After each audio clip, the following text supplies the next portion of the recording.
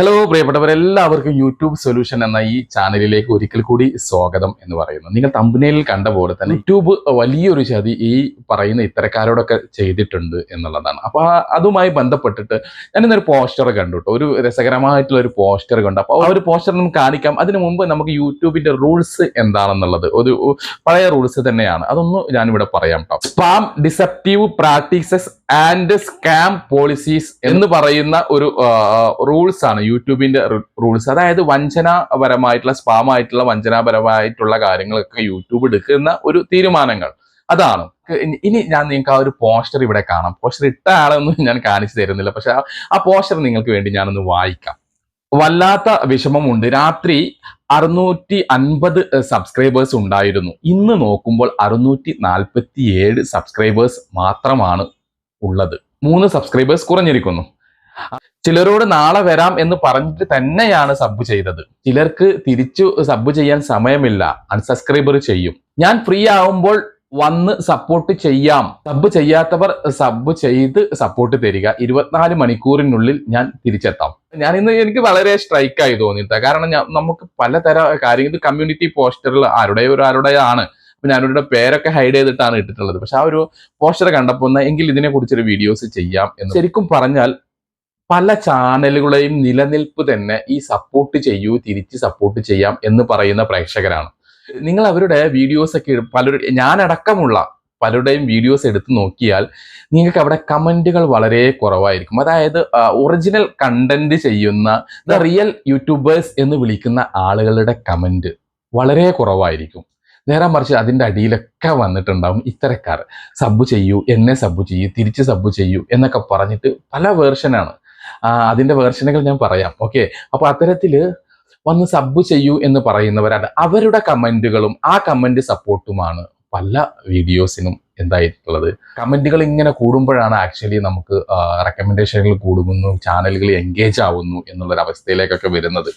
അപ്പോൾ ഇത്തരക്കാരെ അങ്ങോട്ട് പാടേ തള്ളി നീക്കാനും പല യൂട്യൂബേഴ്സിനും വളരെയധികം ബുദ്ധിമുട്ടാണ്. കാരണം അവർ പോയാൽ ആ ഒരു പിടി പോയി എന്ന് വെച്ചാൽ അവർ പോയി കഴിഞ്ഞാൽ പിന്നെ ആ ഒരു അത്തരം കമന്റുകൾ വരാനും ബുദ്ധിമുട്ടാണ്. അപ്പൊ തുറന്നു പറയാനും ബുദ്ധിമുട്ടാണ്. ഇനി മറ്റൊരു കാര്യം, ഇപ്പൊ എന്നെ സബ് ചെയ്യൂ, എനിക്ക് സബ് ചെയ്യൂ എന്ന് പറഞ്ഞ് എന്റെ വീഡിയോസിൽ ഒരാൾ കമന്റ് ഇട്ടാൽ എനിക്ക് അവരെ ലൈക്ക് ചെയ്യാനോ അവർക്ക് റിപ്ലൈ കൊടുക്കാനോ പാടില്ല. അതൊരു ഒരു യൂട്യൂബർക്ക്, അതായത് യൂട്യൂബ് ടെക് പറയുന്ന ഒരു വ്യക്തിക്കും 100% ഷുവർ ആയിട്ടുള്ള ഒരു കാര്യമാണ്.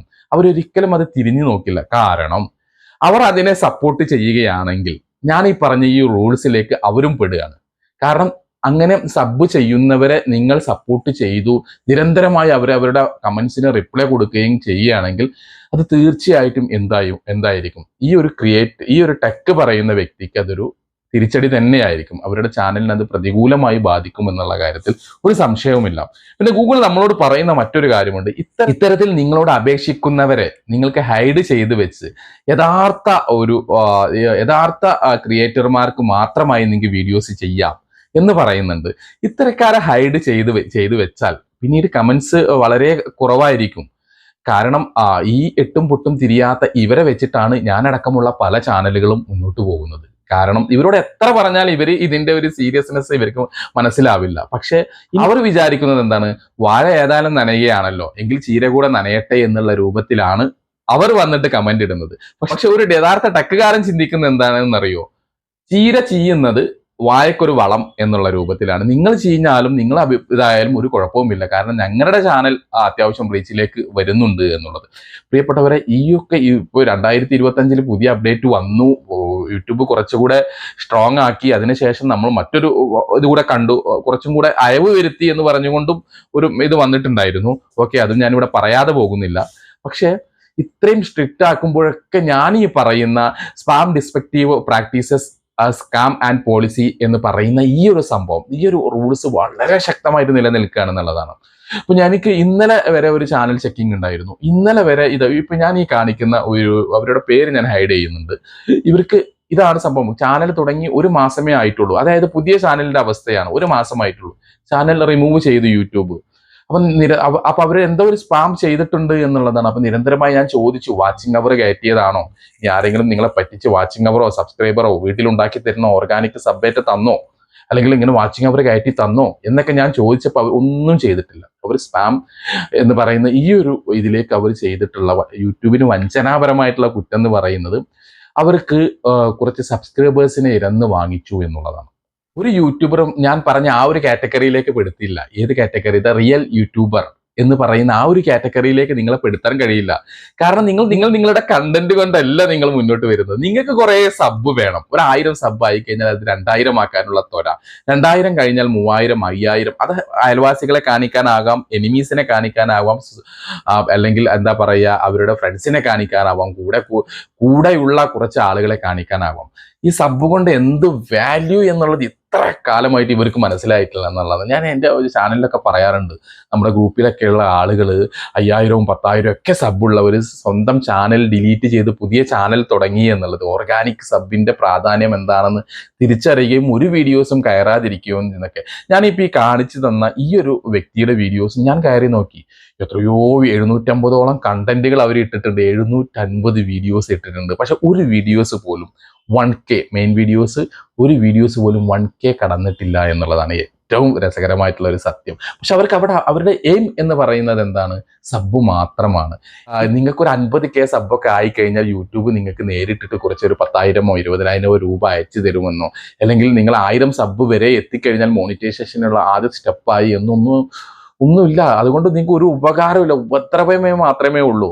ഇനിയും നിങ്ങൾ എന്താണ് മനസ്സിലാക്കേണ്ടത്? ഇതിന്റെ ഒരു ഭയങ്കരമായിട്ടുള്ള ഒരു വേർഷൻ ഉണ്ട്. അതായത് പുതിയ ഐഡിയാസുകൾ നിങ്ങളുടെ അതായത് ഇത് ചെയ്യുന്നവർ അപേക്ഷിക്കുന്ന യാചനയുടെ സ്വരങ്ങൾ ഒരുപാട് വേർഷനാണ്. ഞാൻ പലപ്പോഴും പറയാറുണ്ട്, എൻ്റെ ആദ്യ ഡയലോഗായി എൻ്റെ കൂടെ വന്നാൽ ഞാൻ നിന്റെ കൂടെയും വരാം എന്നുള്ളത്.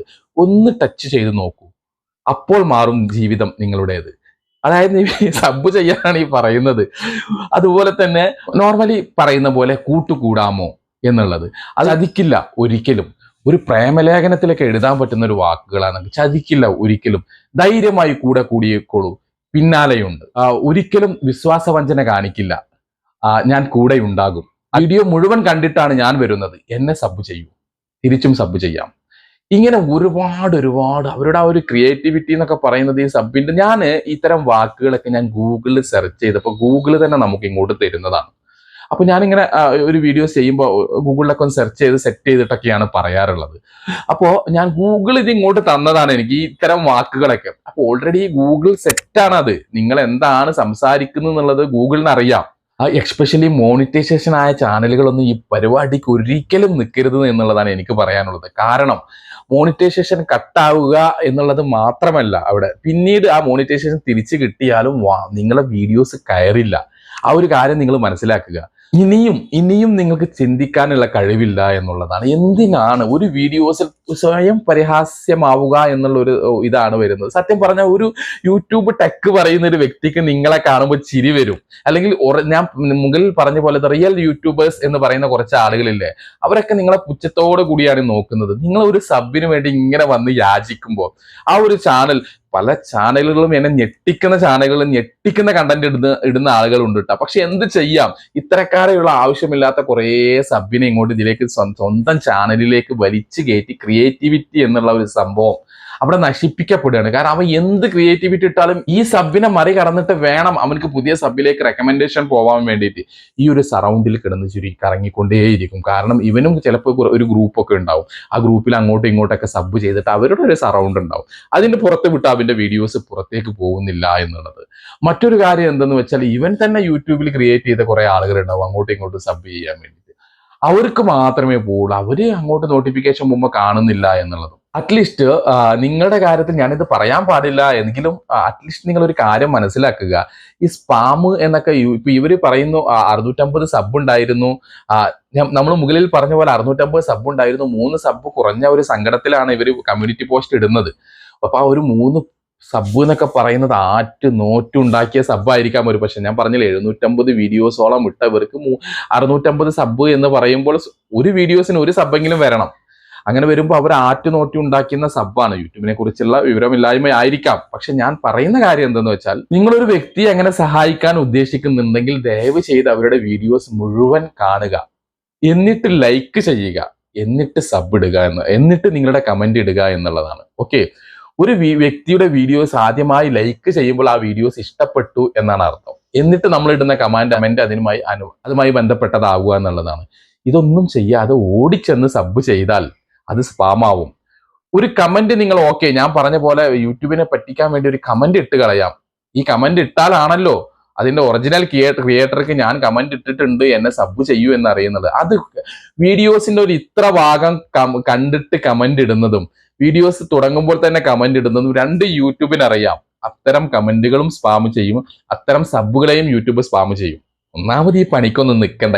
നിങ്ങൾ അങ്ങനെ ആ പണിക്ക് നിൽക്കുകയാണെന്നുണ്ടെങ്കിൽ ഇപ്പൊ ആരെയും ഞാൻ കുറ്റം പറയുന്നില്ല. എല്ലാവരും ഇപ്പൊ യൂട്യൂബിൽ വരുമാനം കിട്ടാൻ വേണ്ടിയിട്ടൊന്നും വീഡിയോസ് ഇടുന്നവരല്ല. ഇപ്പൊ ഈ എക്സ്പെഷ്യലി അങ്ങോട്ട് സബ് ചെയ്യൂ ഇങ്ങോട്ട് സബ് ചെയ്യൂ എന്ന് പറയുന്നവർക്കൊക്കെ മെയിൻ എയിം എന്ന് പറയുന്നത് അവർക്ക് സബ്സ്ക്രൈബേഴ്സ് മാത്രമാണ്. അല്ലാതെ യൂട്യൂബിൽ വരുമാനം ഉണ്ടാക്കണം എന്നുണ്ടെങ്കിൽ ഇത്രയും യൂട്യൂബേഴ്സ് ഇവിടെ കാറി പൊളിച്ച് പറയുന്നുണ്ട്. എന്താണ്, നിങ്ങൾ ഒരിക്കലും ഇങ്ങനെ സബ് ചോദിക്കരുത്, യൂട്യൂബ് പോളിസിക്കെതിരാണ്. അതായത് കമ്മ്യൂണിറ്റി ഗൈഡ്ലൈൻസിന്റെ അടുത്തെത്താവുന്ന അത്രയും ഉള്ള ഒരു കുറ്റകരമാണ്, വഞ്ചനാ കുറ്റം എന്നൊക്കെയാണ് യൂട്യൂബ് അതിനെ പറയുന്നത്. അപ്പൊ അത് വ്യക്തമായിട്ട് അവർക്കറിയാം. എല്ലാ യൂട്യൂബേഴ്സും പറയുന്നുണ്ട് നിങ്ങൾ ഇത് ചെയ്യരുത്. സബ് മാത്രമല്ല, വാച്ചിങ് അവർ കയറ്റരുത്. അതുപോലെ തന്നെ ഈ ഓർഗാനിക് ആയിട്ടൊക്കെ കുറെ ആളുകൾ സബ് കൊടുന്നു തരും. ഇതൊന്നും ചെയ്യരുത് എന്നുള്ളതൊക്കെ നിങ്ങളോട് വ്യക്തമായിട്ട് യൂട്യൂബ് പറയുന്നുണ്ട്. ഇതെല്ലാം അറിഞ്ഞും നിങ്ങൾ സബിന് വേണ്ടി ഇങ്ങനെ ചോദിക്കുന്നുണ്ടെങ്കിൽ തീർച്ചയായിട്ടും നിങ്ങളുടെ എയിം എന്ന് പറയുന്നത് എന്താണ്? സബ് മാത്രമാണ്. യൂട്യൂബിൽ നിന്ന് വരുമാനമോ അല്ലെങ്കിൽ മോണിറ്റൈസേഷനോ ഒന്നുമല്ല. അപ്പൊ തീർച്ചയായിട്ടും ഞാൻ ഈ പറയുന്ന കാര്യങ്ങൾ ഫോളോ ചെയ്യുക. നിങ്ങൾക്ക് സബ് മാത്രം മതി എന്നുണ്ടെങ്കിൽ 100% അവരുടെ വീഡിയോസ് മുഴുവനായിട്ട് കാണാൻ ശ്രമിക്കുക. ഒരു ലൈക്ക് ചെയ്യുക. ലൈക്ക് ചെയ്തതിന് ശേഷം സബ് ഇടുക എന്നുള്ളതാണ്. ഓക്കെ, ഈ ടെക്കുകാരായ ആളുകളൊന്നും ഒരിക്കലും നിങ്ങളുടെ കമന്റിന് റിപ്ലൈ തരില്ല. റിപ്ലൈ തരികയാണെങ്കിൽ അത് യൂട്യൂബ് പോളിസിക്ക് എതിരാണ്. ഇത്തരക്കാരെ സപ്പോർട്ട് ചെയ്തു എന്നാണ് പറയുന്നത്. ഓക്കെ, അതുപോലും നിങ്ങൾക്ക് ആലോചിക്കാനുള്ള വകുപ്പില്ല. ഇനി നിങ്ങൾ സബ് ചെയ്യൂ എന്ന് അവർക്ക് വേണ്ടി നിങ്ങളുടെ ചാനലിൽ നിന്ന് ഒരു സപ്പോർട്ടിങ് ആയിട്ടുള്ള ഒരു ലൈക്കോ ഇതോ പോയി കഴിഞ്ഞാലും അതും നിങ്ങളുടെ ചാനലിൽ ഒരു മൈനസ് പോയിന്റ് ആണ്. അപ്പൊ യാചിക്കാതിരിക്കൂ എന്ന് ഞാൻ ഇവിടെ പറഞ്ഞത് കൊണ്ട് ഒരിക്കലും ഈ ഒരു സിസ്റ്റം, അതായത് ഇത് വലിയ പന്തലിച്ച് കഴിഞ്ഞ ഒരു സിസ്റ്റമായി കഴിഞ്ഞു. നമുക്കൊന്നും ഇനി പറഞ്ഞു മാറ്റാൻ പറ്റാത്തൊരവസ്ഥ വരെ ആണ് ഇത്. കാരണം ഞങ്ങൾ ഇനി എന്ത് ചെയ്യും, ഞങ്ങൾക്ക് സബ് വേണ്ടേ എന്നുള്ള ഒരു കൂട്ടം എന്ന് വെച്ചാൽ യൂട്യൂബിലുള്ള ചുരുക്കി പറഞ്ഞാൽ ഒരു 60% എന്ന് വേണമെങ്കിൽ പറയാം.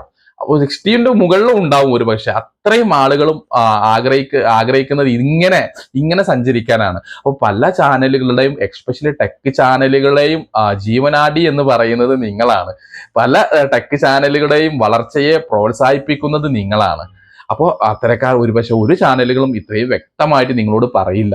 ഇതുകൊണ്ട് ഞങ്ങൾക്കാണ് ഉപകാരം, നിങ്ങൾക്കല്ല എന്നുള്ളത്. അപ്പോൾ ഒരു സമയം കഴിയുമ്പോൾ നിങ്ങളുടെ ചാനൽ അങ്ങോട്ട് പോകും. ഈ സ്പാമുകൾ ഇങ്ങനെ ഒരുപാട് കഴിയുമ്പോൾ ഒരു പക്ഷെ മുക്കിയും മൂളിയും എങ്ങനെയെങ്കിലും നിങ്ങൾ മോണിറ്റൈസേഷൻ എത്തിച്ചു കഴിഞ്ഞാൽ അവിടെ മുതൽച്ചാണ് നിങ്ങൾക്ക് നിങ്ങളുടെ യൂട്യൂബ് കറക്റ്റായിട്ട് ഒരു ആക്ഷൻ എടുക്കാന്നൊക്കെ പറയുന്നത്. യൂട്യൂബ് തുടങ്ങുമ്പോഴോ അല്ലെങ്കിൽ അങ്ങനെയല്ല. അവരുടെ കറക്റ്റ് ആയിട്ടുള്ള ആക്ഷൻ എന്ന് പറയുന്നത് നിങ്ങൾ യൂട്യൂബായി സ്പാം ചെയ്തിട്ടുണ്ടോ, പോളിസി ചെയ്തിട്ടുണ്ടോ, അവരുടെ ഫസ്റ്റ് ഏറ്റവും ഇൻട്രസ്റ്റിംഗ് ആയിട്ട് അവർക്ക് ചെയ്യാൻ പറ്റുന്ന ഒരു കാര്യം തന്നെ മോണിറ്റൈസേഷൻ മരവിപ്പിക്കുക, മോണിറ്റൈസേഷൻ എടുത്ത് കളയുക എന്നുള്ളതാണ്. അപ്പൊ മോണിറ്റൈസേഷൻ ആയതിനു ശേഷം ഈ ചെയ്തു വെച്ചതിനൊക്കെ നിങ്ങൾക്ക് ഒരു പക്ഷേ അനുഭവിക്കേണ്ടി വരും എന്നുള്ളതും മാത്രമല്ല വ്യൂസ് വളരെ കുറവായിരിക്കും ഇത്തരം ചാനലിൽ എന്നുള്ളതാണ്. നിങ്ങൾ മുക്കിയും മൂളിയും ഉണ്ടാക്കുന്ന ഈ 100ഉം പ്രിയപ്പെട്ടവരെ, മൈക്കിന്റെ ചാർജ് തീർന്നു. ഓക്കെ, എനിവേ അപ്പൊ നിങ്ങൾ ഇങ്ങനെ ഉണ്ടാക്കിയെടുക്കുന്ന ഒരു മോണിറ്റൈസേഷനും അധികകാലം നിലനിൽക്കില്ല എന്നുള്ളത് കൂടെ മനസ്സിലാക്കുക കേട്ടോ. അപ്പോൾ പ്രിയപ്പെട്ടവർ, നിങ്ങൾക്ക് ഉപകാരം എന്ന് തോന്നുന്ന മറ്റൊരു കണ്ടന്റുമായി ഞാൻ വീണ്ടും വരാം. അതുവരേക്കും ബൈ.